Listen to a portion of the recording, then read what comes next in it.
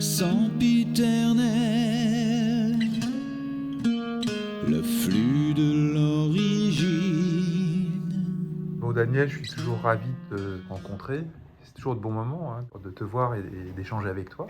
Et cette année, en fait, tu vas donc proposer une conférence sur la voie des mystiques. Dans le cours de notre échange, on va essayer de comprendre ce que signifie ce mot de voie et quelle est aussi la visée de cette voie. Des mystiques, mais pas seulement, c'est un peu pour raccourcir le titre. Si on suit ce que tu fais actuellement sur Jamblique, tu explores de façon très approfondie le néoplatonisme, donc en pistant notamment la figure du théurge jamblique, nous ramène à différencier peut-être trois façons d'aborder la voie spirituelle.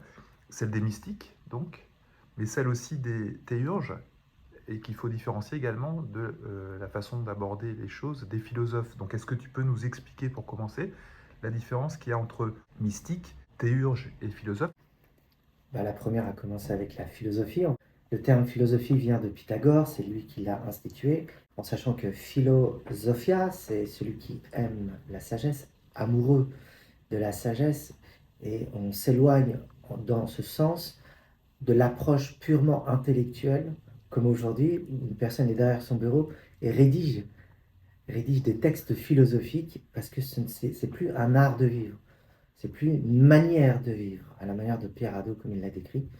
La philosophie de Pythagore, c'est une philosophie de vie, une manière de vivre. Donc il y avait une éthique, il y avait une alimentation, c'était des végétariens, il y avait une école de vie, l'école pythagoricienne, il y avait une façon de penser la vie, et ça se rapproche énormément de ce qu'on retrouve aujourd'hui actuellement en Inde, avec le Vedanta, l'Advaita Vedanta par exemple, ou les écoles yogiques de différentes branches. C'est une pratique, c'est vraiment une praxis, et on se confronte à la vie sociale. Et là, il y a une très grande différence avec, disons, l'Inde, où ce sont des gens qui sortent de la société pour expérimenter leur spiritualité. La philosophie proposée par Pythagore, c'est une philosophie qui s'intègre dans la vie de la cité. C'est pour ça qu'on réfléchit sur comment mettre en place une société idéale, et là on est avec Socrate et Platon, la cité idéale définie dans la République, et ce n'est pas juste une société, disons, fondée sur des concepts tels qu'on l'entend aujourd'hui à la manière philosophique. Ce sont des idées, et là on fait un bond avec Socrate, qui est le deuxième grand fondateur de la philosophie en Occident, et celui qui a vraiment institué ça, c'est son disciple Platon, qui a bien configuré la pensée de Socrate, en sachant qu'il n'a rien écrit, et que Pythagore, on a presque tout perdu. Donc, Platon est vraiment celui qui nous permet d'avoir entre les mains une pensée extrêmement ancienne, avant Jésus-Christ, 400 avant Jésus-Christ, 500 avant Jésus-Christ, et qui est extraordinaire puisqu'on peut avoir tous les textes de Platon. C'est extrêmement rare. Pour une personne de l'Antiquité, on n'a plus rien des stoïciens, on a des textes à droite, à gauche, on a quelques petites choses d'autres écoles, les épicuriens et tout, mais vraiment Platon, c'est particulier parce qu'on a pratiquement tout le matériel. C'est extraordinaire, plus de 50 textes. Ensuite, il faut apprendre à relire tous ces textes parce que c'est une manière de vivre, c'est une façon de concevoir le monde. Et je le signale, il y a une spiritualité dans cette philosophie. Ce sont aussi des voies. Oui, exact. Voilà, c'est ça. Donc il y a l'idée d'une évolution, d'une élévation, oui, exact. De processus, de transformation. Voilà, exactement. Donc la philosophie, tu disais, c'est l'amour de la sagesse. Donc c'est une tension vers un état ou un niveau de conscience tout à fait, supérieur et plus harmonisé. Ouais. Donc le premier rapport, c'est que la dissociation philosophie-spiritualité telle qu'elle est faite aujourd'hui n'existait pas. Toute spiritualité était spirituelle, spirituelle était philosophie, et la philosophie est la voie initiatique telle qu'elle était comprise par les Grecs avec Éleusis, Dionysos, Lazarphique, Pythagore, tout ça, c'était des écoles à mystère également. Mais Platon et Socrate ont fait quelque chose d'extraordinaire. Ils ont synthétisé tout ça, ils en ont dégagé la quintessence et montré aussi disons, les failles de certaines façons de penser et proposé une voie qui englobe tout ça, la voie apollinienne, la voie dionysiaque, la voie d'Éleusis, la voie orphique, la voie pythagoricienne, tout ça dans une seule pensée. Et ça devient une voie spirituelle à part entière, c'est la voie philosophique de Platon. Et là, on tombe des nues parce que la philosophie est spirituelle, mais en plus, c'est une voie initiatique, donc une voie qui mène vers des états de conscience modifiés. Et là, on se dit, mais comment une philosophie peut amener des états de conscience modifiés? Eh bien, c'est tout ça qu'il faut reconstruire. Sans substance, à l'époque, une voie spirituelle sans substance, mais une voie qui nous permettrait d'entrer au plus profond de nous-mêmes, dans une introspection. Et cette introspection n'est pas un rejet de la société. C'est ça. On ne s'isole pas. On est dans la société. On vit dans la société. Et le but, c'est toucher le seuil de l'illumination et de basculer vers l'indicible, l'ineffable, le silence, qui est source de toute pensée. Et là, on touche quelque chose de mystique. C'est vraiment le cas de le dire. C'est le mystère ineffable dont tout mystique évoque dans ses textes ou dans ses expériences. Bien, la voie philosophique de Platon propose ça également. C'est une voie à mystère, une voie mystique aussi. Donc on voit que cette philosophie se veut totalisante. Elle ne rejette pas la rationalité, ce n'est pas le rationnel qui pense pour lui-même, qui tourne en boucle, et qui considère qu'il n'y a que la matière qui existe et qu'il n'y a que ça à analyser. Pas du tout. C'est l'inverse même, et c'est tout l'inverse. C'est la rationalité est la porte d'entrée de l'indicible. L'intellect est la porte d'entrée vers l'ineffable. Et donc on utilise le rationnel pour aller vers ça. Il n'y a aucune contradiction donc entre la logique qui nous mène à la compréhension de toute chose, comme en science, mais la science est une connaissance de soi à partir de là. Ce n'est pas juste une connaissance des phénomènes extérieurs. La conscience est au cœur du phénomène. Et cette porte de l'indicible touche la mystique. Donc la rationalité, jusqu'à l'extrême aporie, la cime de l'âme, comme on dit. Et cette cime de l'âme est rationnelle, pour Platon et Socrate, même Pythagore. Et à partir de là, quand tout est affiné, épuré, sublimé, il y a le basculement, l'illumination, et on rentre dans l'indicible. Et là, on voit, c'est assez complexe de comprendre tout ça, puisqu'il faut aussi, disons, rénover la philosophie, la réajuster face à cette pensée, puisqu'elle n'a plus rien à dire face à ça, puisqu'elle a rejeté la spiritualité, elle a rejeté la mystique, elle a rejeté les religions, elle a rejeté toute approche de conscience de soi à l'intérieur, et c'est devenu juste un outil intellectuel. Un outil intellectuel comme une technologie. Et là, on est vraiment dans un autre cas de figure avec cette façon-là de voir les choses. Et donc, on peut le comprendre, tout ce que je viens de dire, en lisant les textes de Platon sans leur faire violence. On propose pas de théorie pour lire tout ça. Ce sont les textes qui dégagent ces idées-là.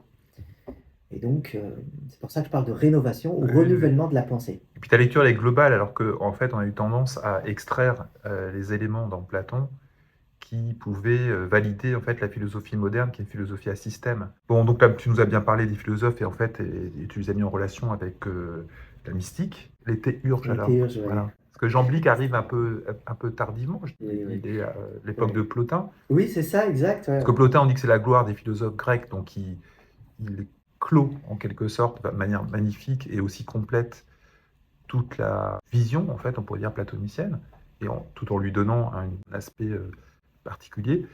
Mais Jamblique, alors? Eh bien, c'est super intéressant, Jamblique.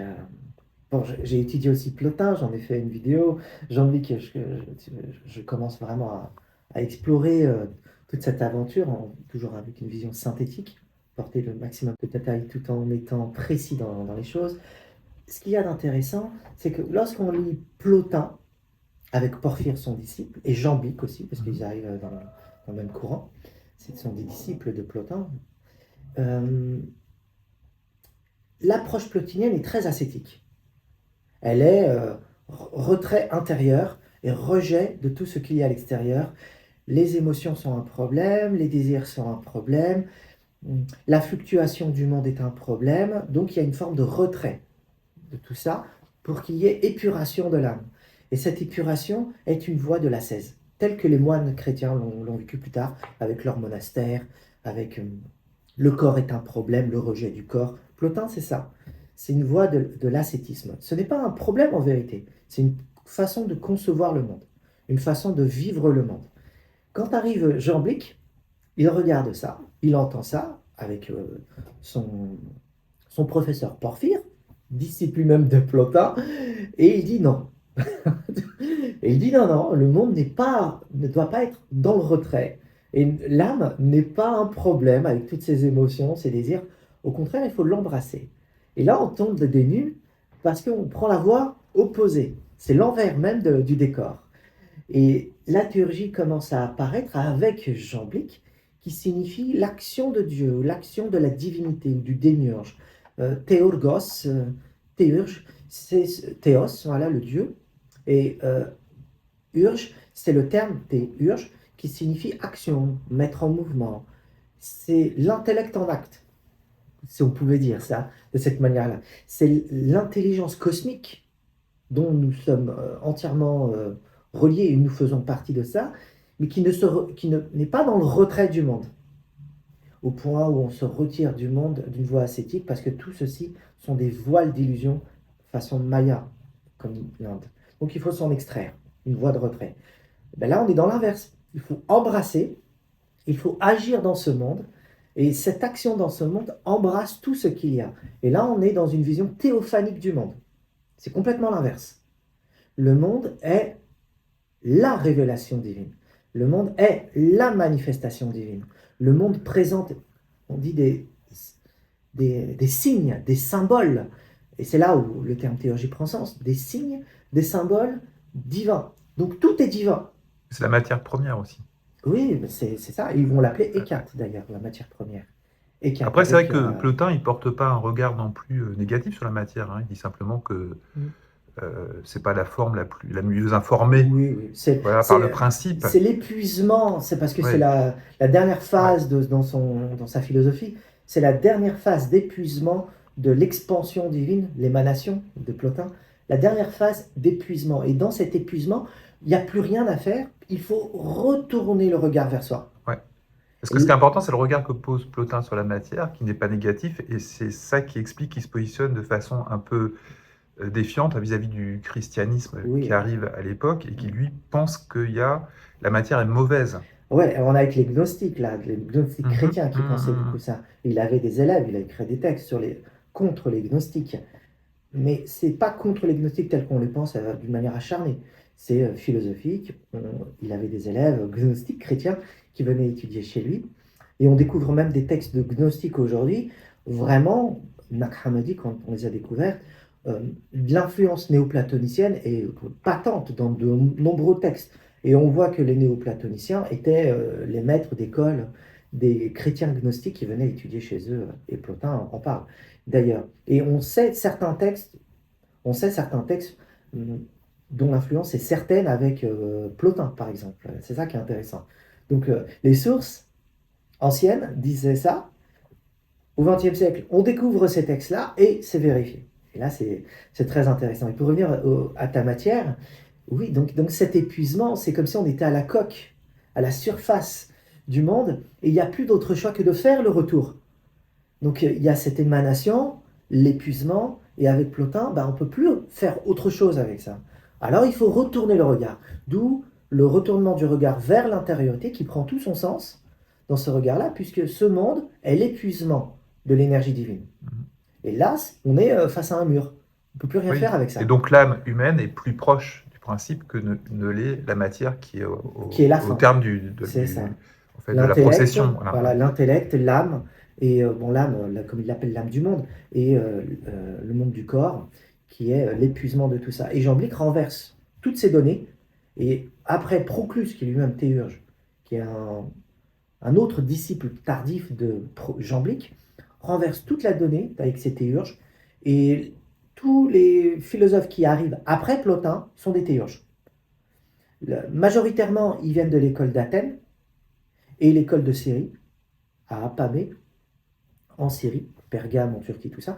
C'est-à-dire toute la partie orientale et grecque est de nature théurge. Et l'école d'Alexandrie, dont la plus connue est Hypatie d'Alexandrie, ils se sont focalisés sur, ce sont des néoplatoniciens, mais ils se sont focalisés sur la part, disons, sciences brutes ou sciences dures, comme on dit aujourd'hui, mathématiques, astronomie et physique, parce que le deal avec les chrétiens était encore plus en choc. Et donc, il y a eu un très grand néoplatonicien qui s'appelle Ammonios, fils d'Hermias, qui a fait un deal avec les chrétiens. Ammonios Saccas, c'est ça? Non, ça Non, c'est pas ça. ça c'est le maître de Plotin. De Plotin, ah oui, Voilà. donc c'est plus Mais là, tard. on parle Oui, de oui. Ammonios, fils d'Hermias, D'accord, d'Alexandrie. Donc ça se passe à Alexandrie. Ils portent des mêmes noms, c'est vrai. d'accord. Ça peut, prêter à confusion. Mais Ammonios Saccas, c'est le maître de Plotin. Donc on est deuxième siècle après Jésus-Christ. Après, est-ce que c'est de même lignée? Non, c'est pas Non. une même lignée. Parce que par exemple, ce qui est intéressant quand tu parles de Jamblique, c'est que Ouais. tu montres en fait qu'il fait partie d'une lignée. Oui, D'ailleurs, il y a des lieux qui sont des lieux jambliques, oui, c'est lignée clair. de Oui, prêtres. ouais. Ce que tu montres bien, c'est Ouais. l'influence en fait avec Jamblique de l'Orient sur l'Occident. C'est ça, là, c'est c'est là où je voulais en venir. C'est-à-dire que Ammonios, fils d'Hermias, celui d'Alexandrie, se trouve face à un immense deal après le problème d'Hypatie, qu'on a assassiné et tout. Mhm. C'est bon, il faut vraiment faire vivre la philosophie, et pour ce faire, on va faire un deal avec les chrétiens. Et le deal, c'est on arrête la théurgie, la magie et tout ça, et on se concentre sur la part dure de la philosophie. Ça va donner Aristote, toutes les grandes études sur Archimède et tout, et qui vont donner naissance plus tard à tout ce qu'on connaît, le monde moderne en fait. Mais ça, c'est le problème d'Alexandrie. Mais à Athènes et en Syrie où il y a Jamblique, il n'y a pas ce problème-là. Et l'influence, disons, orientale est extrêmement importante dans l'approche néoplatonicienne avec Jamblique, parce que, c'est là où on y vient, parce que Jamblique provient d'une famille de prêtres rois. Les prêtres rois de Syrie viennent d'une ville qui s'appelle Émèse, qui existe encore aujourd'hui, mais le temple a disparu. Il y avait un immense temple avec un bétil consacré, un peu comme la pierre noire de la Mecque. Je l'explique dans mes vidéos. Oui, tout à fait. Oui. Hein? Et la question qu'on se pose, c'est où est passée cette pierre? Alors, Est-ce que l'on sait? Elle a été détruite, elle a été morcelée? Non, d'après ce qu'on sait, alors il y a deux cas. Une version dit qu'elle est restée à Rome. Et au 19e siècle, ou 18e, 19e siècle, ils ont retrouvé une pierre exactement au lieu de ce temple où se trouvait cette pierre noire, ramenée par un roi prêtre, empereur romain Élagabal à Rome, lui-même de la même famille que Jamblique. c'est les mêmes familles. Un prêtre un peu fou, hein? Ouais, c'est le prêtre Ouais. fou, Ouais. complètement, ouais. La famille de Sévère.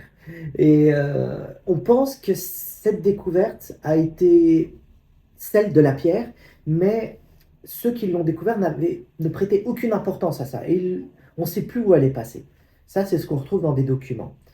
Ensuite, il y a une autre version qui dit, et ça c'est aussi les sources romaines qui emmènent ça, la pierre a été ramenée à son domicile, en Syrie, après la mort d'Héliagabal, et le temple a été converti en autre chose à Rome, le temple de la pierre noire. Mais la pierre, on ne sait pas ce qu'elle est devenue du coup, lorsqu'elle a retourné en terre syrienne. On ne sait pas. Les sources ne disent plus rien. Mais la famille qui était gardienne de cette pierre noire en Syrie a duré des centaines d'années.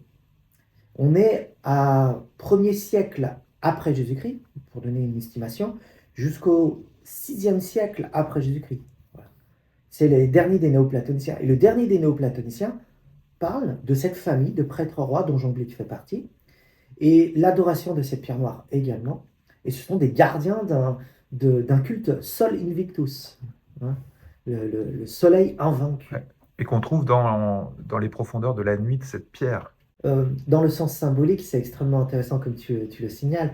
C'est la pierre, en fin de compte, c'est un peu comme l'Arche d'Alliance, si on regarde la chose, Mhm. c'est qu'elle était là et puis on ne sait plus où elle est. Ouais, ouais. Mais en vérité, elle n'a jamais disparu, elle est juste occultée à nos Oui, yeux. exactement. C'est Oui. dans ce sens-là, bien sûr, la pierre, elle est là, Ouais. mais elle est Oui, c'est la occultée, mais part elle est noire. d'ombre. Voilà. Elle est noire, c'est le soleil noir des Oui, c'est alchimistes. dans cette noirceur qu'il y a la lumière et qu'il faut retrouver la lumière. Cette famille syrienne est théurgique. Ce qu'a fait Jean Blic en refusant la voie ascétique, en absorbant le monde de la matière, c'est qu'il a déclaré le monde de la matière, enfin tout ce qui existe, toutes ces émanations sont divines. Il n'y a rien de mauvais là-dedans. Et en absorbant tout ça d'une manière divine, il prend la voie de la théosophie dans ces cas-là. La théosophie, c'est de la théurgie. Et la théurgie consiste donc à retrouver les signatures, et là on est vraiment dans l'alchimie, les signatures inscrites dans la nature, des marques, des empreintes divines, qui permettent de trouver une série de corrélations et d'interrelations entre chaque niveau de réalité, de niveau de conscience pour Jean Blic, qui permettent de retrouver la source. Et donc, le monde entier possède des signatures, et on a avec Paracels, là, c'est la même définition. C'est pour ça que c'est alchimique, théosophique et théurgique. Il y a un rapprochement à faire fort et très prégnant. Et pourtant, c'est de la philosophie, et c'est néoplatonicien. Et cette philosophie, elle est magique. Elle est magique. Et c'est ce qu'on retrouve dans les sciences occultes aujourd'hui, dans la haute magie. Et Jean Blic, c'est lui qui va instituer, c'est pour ça que c'est le père de beaucoup de choses, Jean Blic, mais on ne le sait pas. Il va instituer ce qu'on appelle la haute et la basse magie. La basse magie, il va l'appeler la goétie, truc de sorcellerie là. On fait les choses que pour soi-même, égotique. On va avoir de l'argent, le style de marabout. Oui. On va avoir plus d'argent, de la renommée et tout. Et lui parle de toutes les problématiques que cela enclenche au niveau spirituel et conscience. Et ensuite, il parle de la haute magie, divine, révélée par les dieux. Et cette révélation par les dieux est haute magie. Il l'appelle la théurgie. Et cette haute magie existe encore aussi aujourd'hui, étudiée par certains adeptes de l'occultisme. Et là, on dit, mais quoi, Jean Blic est un occultiste? Mais effectivement, c'est un alchimiste, un occultiste, et en plus, un théosophe, au sens moderne du terme, comme l'entendait Jacob Böhm, par exemple, pour citer un nom. Hein. Et là, on se dit, d'accord, c'est le père fondateur de cette pensée-là en Occident. Et Plotin, on pourrait le considérer comme le père fondateur de la voie de l'ascétisme. Et là, on se dit, les néoplatoniciens, quand même, sont extraordinaires. Ils sont extraordinaires. Et il y a aussi une problématique occidentale dans les universités. Ils sont plus fascinés par Plotin que par Jean Blic. Et Jean Blic devient une problématique parce qu'on intègre du mystère, on intègre du non-rationnel, on intègre de l'occultisme, on intègre des choses qui n'ont absolument rien à voir avec la pureté de la philosophie grecque telle que Socrate l'entendait, telle qu'on l'imagine, qu'il l'entendait. Et là on se dit, bon, c'est pour ça qu'il y a beaucoup de réticence de la part des académiciens face à Jean Blic, Proclus, et c'est encore le même cas pour l'école de Pergame qui est en Turquie, où là aussi ce sont des grands théurges et on dit oui, bon, c'est décadent. Décadent. Et là on voit très bien le problème. C'est pas eux qui sont décadents, c'est une manière de vivre qui est différente. Donc cette conception de la beauté du monde, du réenchantement du monde que propose Jean Blic, c'est tout le questionnement que Jean Blic nous pose aujourd'hui face à notre problématique moderne où tout est mort. Donc, c'est un regard que l'on porte sur eux, et quand on regarde psychologiquement, c'est une projection. C'est juste une projection, c'est un miroir de soi, et ce qu'on en fait, c'est ce qu'on fait avec nous-mêmes. Et voilà le problème des académiciens, pour dire les choses simplement. J'espère que c'était simple. Je crois qu'on a déjà fait un tour assez complet là, de cette question de Jean Blic. Alors après, toi, tu as arpenté quand même un grand nombre de régions, de civilisations, de doctrines, qui toutes, en fait, ont un point commun. C'est de favoriser ce déploiement de l'âme humaine et cette transformation dans le sens d'une élévation. Dans les doctrines que tu as visitées, laquelle t'a finalement la plus impressionné? Laquelle de ces doctrines t'identifies-tu, si on peut dire, le plus? Je suis très dionysiaque, je suis pas apollinien dans mon approche. Les gens me voient comme hyper rationnel, droit, logique, structure, système. Pas du tout. C'est l'inverse. Je suis très dionysiaque dans la transe, c'est une mystique de transe, une mystique de laisser aller. Et L'expérience du corps aussi, hein. oui, Ouais, oui, du corps la musique, psychique le et physique aussi. chant, Oui, la oui, danse, la oui, beauté oui. du monde. Je suis pas dans le retrait. Bien à l'inverse. Moi, je suis vraiment dans le côté tantrique. Ce serait vraiment l'Inde dans le côté tantrique, la voie tantrique du Cachemire. Et aussi le taoïsme. Donc dès qu'il y a une imprégnation de, de l'embrassement de tout est un, sans le retrait. Où la conscience touche la cime, parce qu'il faut, si tout est un dans mon sens où je l'entends, tel que les tantrikas ou les taoïstes l'entendent, c'est réellement aussi aller au plus profond des choses, dans sa logique, pour toucher le mur de l'intellect et se laisser embrasser par cette lumière infinie et se laisser immerger par ça d'une manière dans une transe ou une extase ou extatique et de le vivre au quotidien. Mais ce qui est extraordinaire, nous, ce qu'on appelle le un, le hen, ben on le retrouve dans toutes les disciplines et voies spirituelles du monde. C'est extraordinaire. Les Égyptiens appelaient le un de cette manière-là. Oui, ça vient d'eux d'ailleurs, hein, cette désignation du 1, je crois, hein. Les Égyptiens, je crois que Plotin, il en parle justement en disant que la façon de penser qu'il déploie, qui est celle des platoniciens selon lui, elle leur vient des Égyptiens, mais il laisse entendre que les Égyptiens l'avaient peut-être eux-mêmes hérité de civilisations plus anciennes, Ouais. et il n'en dit pas davantage. Ouais. Mais par contre, Jamblique, lui, leur dit davantage. Théologie pérenne, Plotin en parle, mais Jamblique l'explore à fond dans son livre, Les mystères d'Égypte. Et là, j'en fais carrément une grande partie d'une vidéo, c'est la 4e, pour explorer cette idée-là en Mésopotamie et en Égypte et en Inde. La Prisca Theologia, telle que Jamblique l'entendait. Philosophia perennis. Oui, Philosophia perennis. Mais cette idée-là, elle n'est pas occidentale, elle n'est même pas abrahamique, elle vient des civilisations anciennes. La Mésopotamie en parlait, l'Égypte en parlait et l'Inde en parlait. Le Zep-Tepi égyptien, ça veut dire le premier temps. Mais ce premier temps, c'est à ce moment-là où les dieux côtoyaient les hommes, et les dieux étaient sur terre.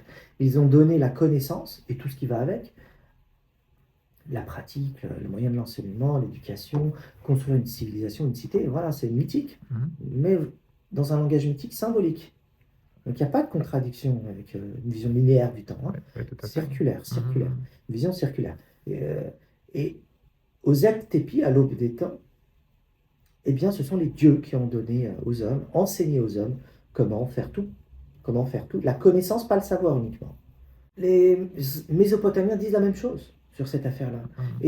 Alors, est-ce que c'est une représentation? On pourrait penser que les dieux en question, c'est en fait l'information que l'homme capte par son imagination, sa psyché. On en est là. C'est archétypal. Et là, on est donc, on peut apporter René Guénon et tout le reste. C'est-à-dire que la vision où on projette inconsciemment un point dans le temps chronologique, un point X dans le temps chronologique, où ça a commencé là, l'aube des temps, la Prisca Theologia, et ensuite, il y a eu transmission linéaire. Mais non, c'est circulaire. Oui, circulaire, oui. C'est-à-dire qu'à chaque instant, à chaque moment, c'est vertical. En permanence. C'est une connexion directe à cette connaissance. Oui, donc l'information elle est tout le temps là, on peut à tout moment tendre les antennes et la capter. C'est pour ça que c'est réitératif. Parfois laborieux de recommencer à zéro, mais peut-être qu'il y a des périodes où il faut recommencer à zéro parce que les anciennes formulations sont cristallisées. Voilà, c'est ce que je dégradées, propose de faire. Tout en se réancrant quand même dans les sources vives, comme ça a été le cas à la Renaissance. C'est ça. Avec Marcillicin, avec Pic de la Mirandole, etc. C'est ça, ouais. Plutôt que de repartir à zéro, comme le fait par exemple à Jacques Combom, qui s'épuise d'une certaine façon. Quand on comprend le système circulaire, on voit quelque chose de vertical très intéressant. C'est cette aube des temps n'est pas chronologique, il n'est pas linéaire, il est circulaire. À chaque moment, à chaque instant, la Prisca Theologia est là. Ouais. Et dans cet aspect-là, eh bien, parce que le monde est théophanie. Tout est déjà là. Ouais. Il faut juste. Donc l'âge d'or, il est derrière la porte, en fait, de notre ignorance. C'est ça. C'est ça la voie mystère, maintenant, on y est. Ouais. La voie spirituelle et l'état de conscience modifié et tout ça. C'est-à-dire que si tout est déjà là, pourquoi on n'arrive plus à le voir? Parce que c'est notre état de conscience qui nous voit là nous-mêmes. Dans le festival cette année, on a aussi un travail de Éric Charpentier sur les mégalithes. Et en fait, il y a une pensée mégalithique qui déjà est sur la voie de la compréhension que le monde est régi par les nombres et la géométrie, et en fait la présence, la manifestation discrète d'un ordre divin et d'une harmonie divine. Mais ils avaient cette capacité de capter l'information. Il y a déjà une pensée, enfin, il y a déjà une captation des principes qui régissent la vie, qui sont des principes transcendantaux, parce que c'est le C'est thème de ça, cette ouais, année. c'est ça. Bah, mathématiques, c'est de l'ordre, c'est de l'agencement, c'est de l'organisation, et c'est le principe de connais-toi toi-même. Oui, et On tu est dans une connaîtras vision, l'univers et les dieux. on est dans une vision où la matière première est informe, voire informe, et cette matière première doit être organisée, ordonnée selon une règle intelligente. Et cette règle intelligente, c'est le nous, ou c'est l'intellect, et c'est dans la vision grecque, hein, justement. Et cet intellect, c'est une reformulation de quelque chose qui était déjà connu au temps mégalithique, comme tu le signales, mais la forme a changé. C'est ça, c'est le renouvellement des formes. Et aujourd'hui, on est dans le Oui. même cas de figure. La langue change, la forme change, Ouais. la structure change, tout change, sauf l'essence. C'est ça la prisca Oui. théologia dans cette mesure-là. C'est le fondement reste le même, mais toute son expression varie avec le temps. Il y a vraiment une geste archétypale qui peut être faite lorsqu'on arrive à percevoir ça. Il n'y a pas de contradiction, il n'y a que des erreurs de regard. Et en même temps, toutes les contradictions apparentes des voies spirituelles ne sont que des adaptations propres à chaque culture et à chaque personne. Et là, il n'y a plus de dissension ou distinction à faire. Oui, voilà. Chacun Ouais. a sa mesure. Et là, on est dans la voie mathématique. Chacun sa mesure, chacun sa voie. C'est ça l'organisation et l'harmonie des contraires. Et on se dit, waouh, l'un est très puissant quand on arrive à percevoir sa geste. Et nous, dans la geste archétypale qu'on le fait à notre échelle humaine, ben, à mon échelle, moi, ben, je fais exactement ce qu'a fait Marcel Fichin à son époque au pic de la Mirandole, c'est-à-dire toucher la Prisca Theologia, renouveler la forme, garder l'ancien, renouveler la forme pour que ça parle à tout le monde et que l'essence indestructible, ça veut dire que cette chose-là, elle est indestructible, puisse parler à tout le monde afin que chacun puisse également se reconnecter selon sa mesure, sa langue et sa culture à cette unité primordiale. Qu'est-ce que tu retiendrais comme production et voix d'aujourd'hui qui te paraissent être la plus pertinente? Déjà les mangas. Hein? Directement, les mangas japonais, c'est extraordinaire là, le potentiel. Alors, ça pourrait parler l'attaque des Titans pour donner un titre. C'est une épopée moderne, ce manga. Ils en ont fait aussi une série, mais c'est une épopée moderne, c'est homérique, c'est extraordinaire. Il y a vraiment des éléments puissants dans Ouais. l'attaque des Titans. Parce que c'est une forme nouvelle et donc parfaitement libre d'expression. Il y a quelque chose chez les Japonais, je crois que c'est la seule culture au monde qui a su, bon, ils ont fait un grand sacrifice pour faire ça, qui a su dealer avec l'ancien pour qu'il ne meure pas et qu'il reste dans un temps moderne. Après, ils sont en pleine crise sur plusieurs aspects. Un chef d'entreprise fait du tir à l'arc selon l'ancien art, ils font du bushido, ils font des activités où l'ancien est toujours présent dans le moderne. Et c'est ça qui est extraordinaire dans les mangas, c'est qu'on retrouve cet aspect-là. Et il y a tout le matériel nécessaire dans différents aspects qu'on peut exploiter, même à travers des jeux vidéo ou bien les jeux de société.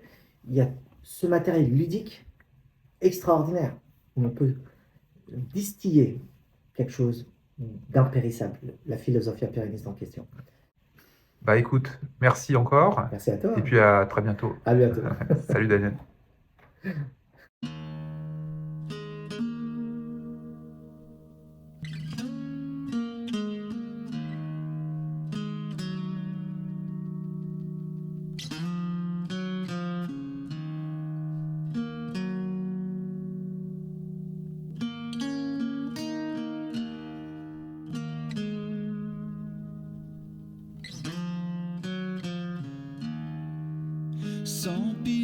Sempiternel, le flux de l'origine, conscient de tout sauf de lui-même,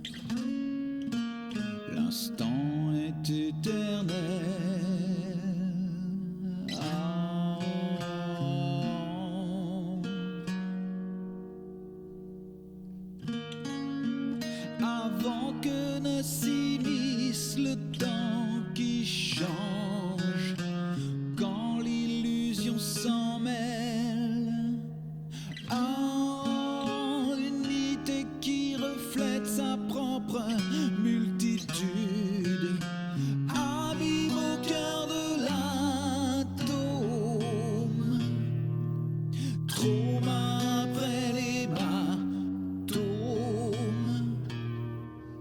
divine amnésie de l'homme, sempiternelle origine.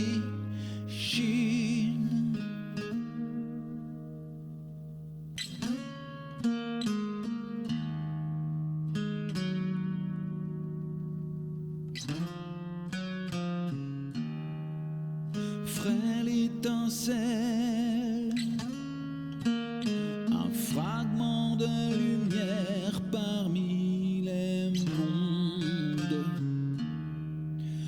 individuel, un morceau de présent qui se parle et se rêve.